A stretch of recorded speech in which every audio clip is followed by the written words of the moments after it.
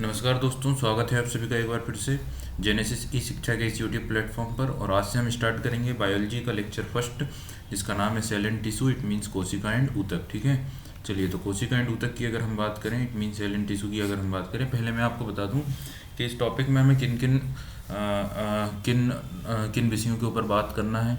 तो यहाँ पे हम चार या पांच ऐसे पॉइंट्स हैं जिस पर डिस्कस करेंगे। फर्स्ट होगा सेल के बारे में एक बेसिक इन्फॉर्मेशन जनरेट करना। सेकंड होगा टाइप्स ऑफ सेल के बारे में बात करना है। ठीक है। थर्ड होगा डिफरेंस ऑफ सेल्स के बारे में बात करना। ठीक है। और फिर हम बात करेंगे सेल ऑर्गेनिजम्स के बारे में। ठीक है। फिर हम बात करेंगे टिश्यूज़ के बारे में। टिश्यू इट मीन्स ऊतकों के बारे में एंड टाइप्स ऑफ टिश्यू। ठीक है। तो यहाँ पे हम एक जनरल इन्फॉर्मेशन लेंगे सेल्स के बारे में, टाइप्स के बारे में, डिफरेंसेस के बारे में, सेल ऑर्गेनिजम्स के बारे में और टिश्यू के बारे में। ठीक है। तो इन मुद्दों के ऊपर हमारा ये लेक्चर फर्स्ट होगा। देखिए, इसमें हम कई सारी सीरीज में इसको डिस्कस करेंगे और थोड़ा सा कुछ अदर जो चीज़ें हैं उनके बारे में भी बात करेंगे। देखिए, सबसे पहले हम बात करते हैं, तो ये मैंने आप लोगों को लास्ट वीडियो में भी डिस्कस किया था कि बायोलॉजी जो ब्रांच है ये बना होता है दो वर्ड से, bios plus logos. Bios means life and logos means study.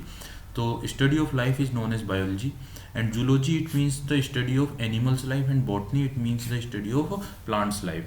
तो प्लांट किंगडम्स की लाइफ की स्टडी को क्या बोलते हैं? बॉटनी कहते हैं। ठीक है।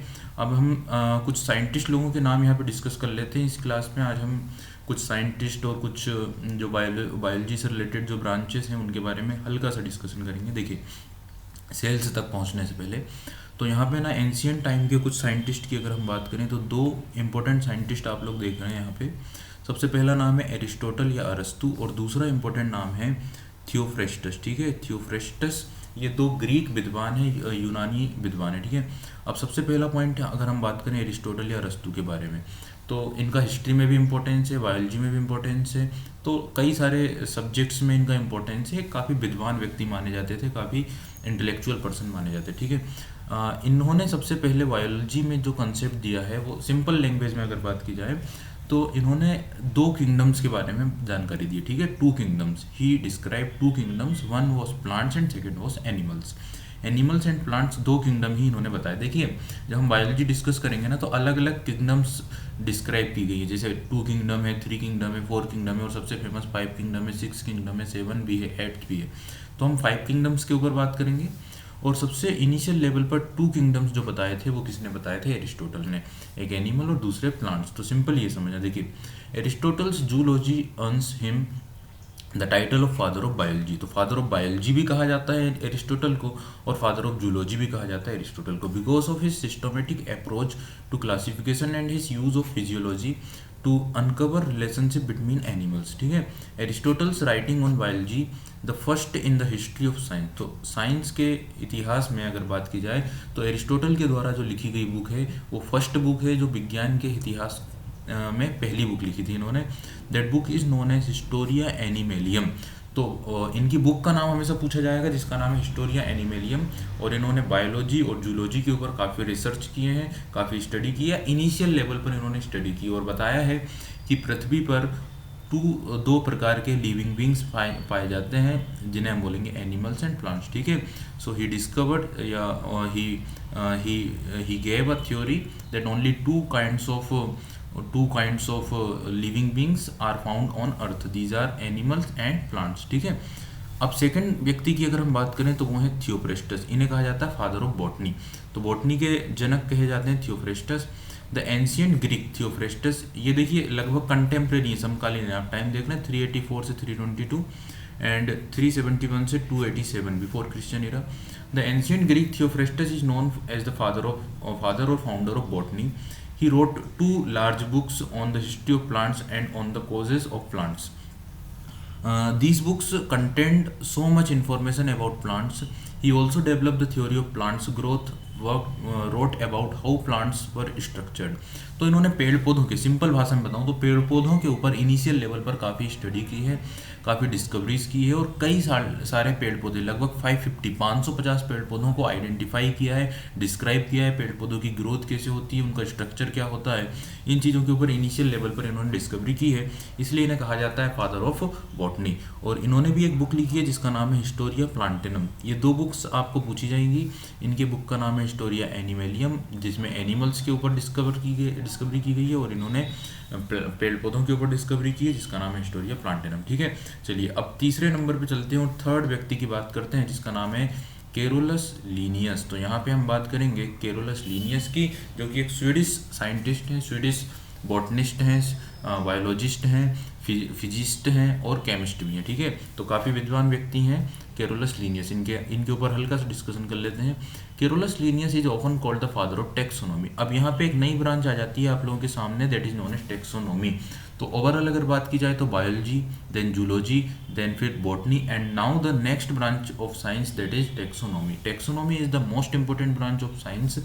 अब ये क्या ब्रांच होती है इसके ऊपर भी डिस्कस करेंगे, लेकिन सबसे पहली चीज़ आप ये समझ लें कि फादर ऑफ टेक्सोनॉमी किसे कहा जाता है, तो उसमें नाम आ जाता है केरोलस लीनियस का। अब केरोलस लीनियस ने ऐसा क्या किया है कि उन्हें फादर ऑफ टेक्सोनॉमी कहा जाता है? देखिए, his system for naming, ranking and classifying organism is still in wide use today.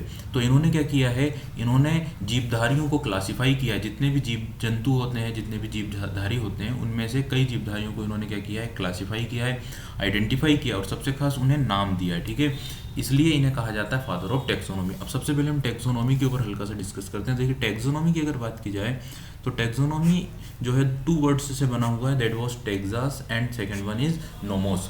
Texas का मतलब होता है अरेंजमेंट एंड नोमोस का अर्थ होता है लॉस। अब टेक्सोनॉमी का मतलब ये होता है कि टेक्सोनॉमी में कुछ लॉ दिए गए हैं, कुछ लॉस बताए गए हैं, जिसके अकॉर्डिंग हम जीवधारियों को क्या करते हैं, अरेंज करते हैं या फिर उन्हें क्लासीफाई करते हैं। ठीक है, so the taxonomy is the branch of science by which we identify the different organisms, classify them into different categories and naming them. ठीक है, तो यहाँ पे आप 3 चीज़ें समझें कि taxonomy involves the study of following points. कौन कौन से? सबसे पहले आपको आइडेंटिफाई करना है कि कोई भी जीवधारी को आपको पहचानना है, उसकी आइडेंटिफिकेशन करना है, फिर उसका नोमेनकल्चर, इट मीन्स उसे एक नाम देना है, और फिर उसका क्या करना है, क्लासिफिकेशन करना है, उसको अपनी उस कैटेगरी में जो डिफरेंस है उसमें वो आपको बताना है। तो इस तरह से टेक्सोनॉमी मतलब सिंपली समझें कि ये जीवधारियों को नाम देने का, उसको आइडेंटिफाई करने का, उसको क्लासिफाई करने का एक साइंस होता है। ये क्यों ज़रूरत पड़ती है टेक्सोनॉमी की हमें?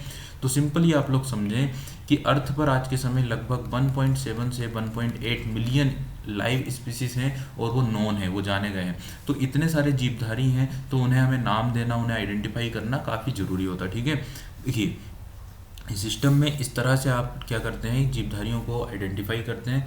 जैसे सबसे पहले किंगडम्स बताया जाएगा, फिर फाइलम, फिर क्लास, फिर order, family, genus and species. इस तरह से इस ऑर्डर में टेक्सोनॉमी का एक सिस्टम चलता है। ठीक है, तो टेक्सोनॉमी छोटी मोटी ब्रांच नहीं है, बायोलॉजी में काफ़ी ज़्यादा इंपॉर्टेंस है, या पूरे बायोलॉजी ही नहीं, अदर भी जो साइंस है उसमें टेक्सोनॉमी का काफ़ी इंपॉर्टेंस है। फिलहाल हम इतना ही जान लेते हैं कि इस ऑर्डर में हम टेक्सोनॉमी को फॉलो करते हैं, और टेक्सोनॉमी एक ब्रांच है साइंस की जिसके अंतर्गत जीवधारियों को नाम दिया जाता है, क्लासीफाई किया जाता है और आइडेंटिफाई किया जाता है। अब हम बात कर रहे हैं केरोलस लीनियस की। तो केरोलस लीनियस को फादर ऑफ टेक्सोनॉमी इसलिए कहते हैं कि इन्होंने क्या किया है, इन्होंने बायोनोमियल नोमेनकल्चर डिस्क्राइब किया था। इट मीन्स कि किसी भी जीवधारी को जो नाम दिया जाता है ना, जो हम साइंटिफिक नाम हम बोलते हैं किसी भी जीवधारी का, चाहे वो एनिमल हो, चाहे वो प्लांट्स हो, लाइक जो वीट होता है उसको भी हम बोलते हैं Triticum sativum, that is the scientific name. अगर हम बात करें एनिमल की तो जैसे पैंथेरा लियो, ये साइंटिफिक नेम होते हैं, लायंस या बाघ वगैरह जो होते हैं उनके। अगर हम ह्यूमंस की बात करें तो होमोसेपियंस। तो यहाँ पे ना 2 चीज़ें हैं जिसके बेसिस पर हम साइंटिफिक नेम देते हैं, 2 टर्म्स होती हैं, इसीलिए हम इसे बोलते हैं बायोनोमियल नोमेनकल्चर। और ये डिस्क्राइब किया था, ये दिया था किसने, केरोलस लीनियस ने। ठीक है, binomial nomenclature is formal system of naming species of living things by giving each a name composed of 2 parts. ठीक है, तो जितने भी जीवित जंतु हैं उन्हें, उनके लिए ये सिस्टम अपनाया गया है जिसमें 2 पार्ट होते हैं। देखिए, फर्स्ट पार्ट जो होता है ना, वो क्या होता है, फर्स्ट पार्ट होता है जेनरिक नेम। क्या होता है generic name, identified the genus of which the species belong. तो इसमें उस पर्टिकुलर जाति को बताया जाता है, उस पर्टिकुलर जीनस को बताया जाता है पहले नाम में। जैसे होमो, तो होमो जो है वो जीनस का नाम है, इट मीन जाति का नाम है, ठीक है। वाइल द सेकेंड, और इसको लिखने के कुछ रूल्स भी हैं। देखिए जो फर्स्ट पार्ट होता है ना, जैसे होमो, इसका जो फर्स्ट लेटर होगा वो हमेशा क्या होगा, वो हमेशा आपका कैपिटल होगा या इटैलिक लैंग्वेज में लिखा होगा। और फिर जो सेकंड टर्म होगा ना, वो हमेशा स्मॉल होगा, कैपिटल स्मॉल लेटर में होगा। तो यहाँ पे मैं बता दूंगा आप लोगों को, identify the genus which was the species belongs, and the second part the specific name और specific epithet, identify the species within the genus. अब वो जो स्पीसी का जो नाम होगा, उस प्राणी का जो नाम होगा, ठीक है, वो होता है सेकंड पार्ट, ठीक है। उस प्राणी का जो नाम होता है ना, उस स्पीसीज का जो स्पेसिफिक नाम होता है वो होता है सेकंड पार्ट। तो इस तरह से जो साइंटिफिक नाम होता है, that contain two parts. First part contain the name of the genus and the second part contain the specific name of the species, ठीक है। Like for example, human belongs the genus Homo, human की जो जाति है वो क्या है, Homo, and within the genus and on the species Homo sapiens, और जो जाति है, जो पर्टिकुलर स्पीसी का जो नाम है वो है सेपियंस, ठीक है। The formal introduction of this system naming species is credited to Carolus Linnaeus, effectively beginning with his work Species Plantarum in 1753। तो 1753 में उन्होंने जो बुक्स वगैरह लिखी थी, स्पेसिस प्लांटेरम, ये जो बुक थी उनकी ये प्लांट्स के ऊपर थी। और उन्होंने एक बुक एनिमल के ऊपर भी लिखी है जिसका नाम है सिस्टमा नेचर, और ये बुक आपको एग्जाम में काफ़ी ज़्यादा पूछी जाती है, सिस्टमा नेचर। तो ध्यान रखिएगा, Carolus Linnaeus was the very famous scientist who was known as the father of taxonomy, and he gave the binomial nomenclature that was widely use in today. तो आज के समय पर इसका काफ़ी ज़्यादा यूज़ किया जा रहा है, ठीक है। अब देखिए यहाँ पे थोड़ा सा और हम पढ़ लेते हैं बायोनोमियल नोमेनक्लेचर। जो मैंने बताया कि फर्स्ट पार्ट जो होता है वो जीनस नेम होता है, and the second part is known as the species name. जैसे इस पूरे दोनों को हम क्या बोलेंगे, साइंटिफिक नेम। रूल्स की अगर बात की जाए तो names were written in italicised forms. तो जैसे होमो जो है ये इटालियन लैंग्वेज में लिखा जाएगा, फर्स्ट वर्ड हमेशा कैपिटल होगा, first letter of species should be lower. तो ये जो होंगे ये लोअर केसेस होंगे। If scientific text are hand written then should be underline. अगर हाथ से लिखा जा रहा है तो उसे अंडरलाइन करना जरूरी है। फॉर एग्जांपल यहाँ पे पैंथेरा टाइग्रिस मैग्निफेरा इंडिका जो आम का साइंटिफिक नेम है, ठीक है, होमो सेपियंस ह्यूमंस का है। अब देखते हैं आगे हम बात करते हैं यहाँ पे। तो इस तरह से हमने 2-3 चीज़ों के ऊपर बात की, कुछ साइंटिस्ट की बात की। अब देखिए आगे कुछ छोटे छोटे फैक्ट्स, जैसे लार्जेस्ट सेल की अगर बात की जाए, ठीक है। अच्छा उसके पहले ना, ये लार्जेस्ट सेल से पहले अभी हमें डिस्कस करना है सेल जो है उसकी डिस्कवरी के ऊपर बात कर लेते हैं ना। तो देखिए कोशिका हमारा एक इंपॉर्टेंट टॉपिक है। अब हम कोशिका पे आ गए हैं, सेल पे आ गए हैं, और आप सभी को इतना तो पता ही होगा कि cell is a basic structural functional biological unit of all living beings. जो कोशिका होती है प्रत्येक जीवधारी की, चाहे वो कोई भी जीवधारी हो, उसकी एक जैविक क्रियात्मक संरचनात्मक मूलभूत इकाई किसे कहा जाता है, सेल को कहा जाता है। सेल को फर्स्ट टाइम डिस्कवर किसने किया था, तो नाम यहाँ पे मिल जा रहा है आप लोगों को, रॉबर्ट हुक। रॉबर्ट हुक नामक साइंटिस्ट ने सबसे पहले सेल डिस्कवर की थी, जो कि एक इंग्लिश या ब्रिटिश साइंटिस्ट थे इन 1665 में। ये डिस्कवर द फर्स्ट सेल, जो पहली सेल थी वो एक डेड और एक प्लांट सेल थी। एक कॉर्क जो होता है, जो छाल होती है पेड़ की, उसकी एक सेल थी ये। एंड देखिए प्लांट सेल थी ना, तो प्लांट सेल की जो खासियत है वो ये है कि इसका मैक्सिमम पार्ट क्या होता है, खाली होता है, एम्प्टी होता है।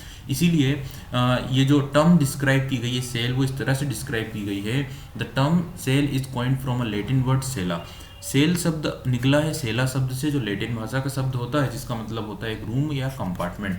जैसे आप लोग सुनते होंगे एक सेल का मतलब होता है खाली कमरा। आप लोग खासतौर से जो पुलिस स्टेशन होते हैं उसमें हम सुनते हैं ना कि उसे सेल में बंद कर दो। सेल मीन्स क्या है, कमरा होता है।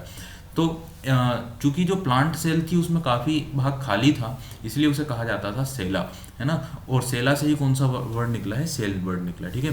तो इन्होंने जो सेल डिस्कवर की थी वो एक प्लांट सेल थी, जो एक डेड सेल थी। अब अगला नाम आता है इनकी डिस्कवरी के लगभग 9 ईयर के बाद, 9 साल के बाद, लगभग 1674-76 में एंटोनियो वॉन ल्यूवेनहॉक नामक साइंटिस्ट ने पहली बार एक लाइव सेल को डिस्कवर किया था, पहली बार एक जीवित कोशिका को डिस्कवर किया था, जो कि थी एक बैक्टीरिया सेल, ठीक है। और इन्होंने ही बैक्टीरिया की भी डिस्कवरी की है। इन्होंने ही जो माइक्रो ऑर्गेनिजम्स होते हैं, जो माइक्रोब्स होते हैं, जैसे प्रोटोजोआ है, बैक्टीरिया है, इन चीज़ों की डिस्कवरी की है। दैट वॉज यूनिसेल्यूलर, जो कि एक कोशीय जीव होते हैं, ठीक है।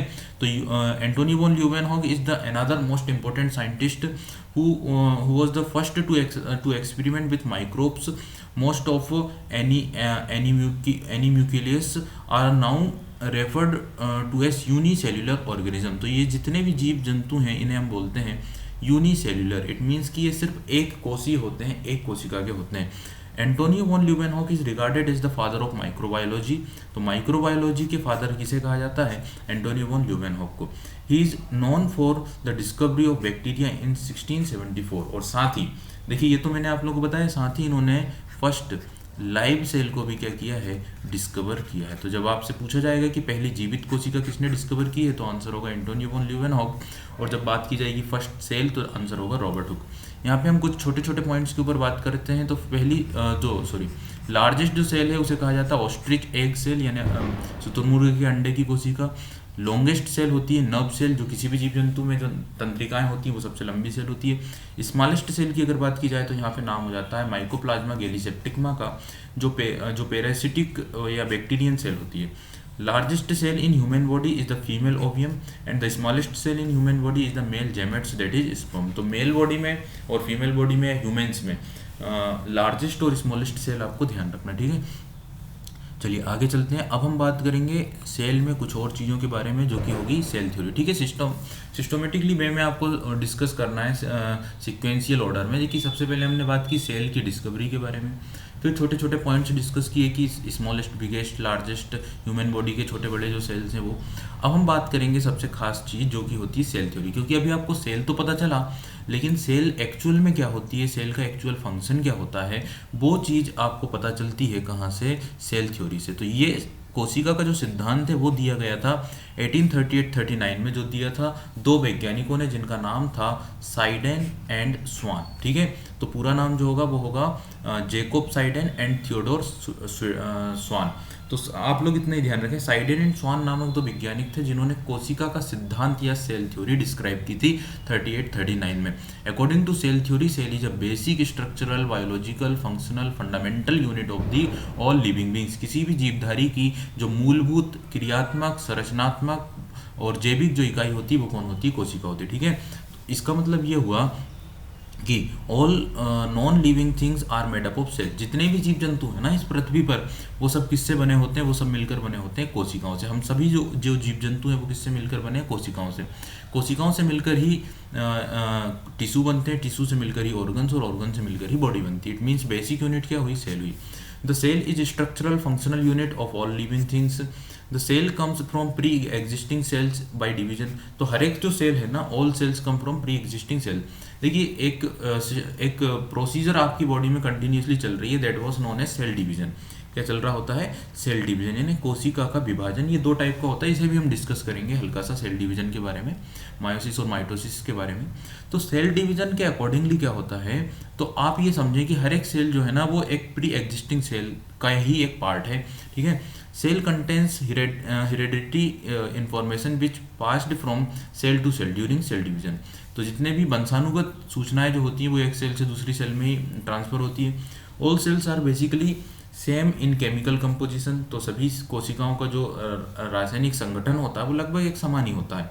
All energy flow of life occurs within the cell, ठीक है। तो ऊर्जा का भी जो फ्लो होता है वो भी सेल के जरिए होता है, ठीक है। अब हम बात करते हैं कोशिका के आधार पर सेल की डिस्कवरी हो गई है, सेल थ्योरी आ चुकी है।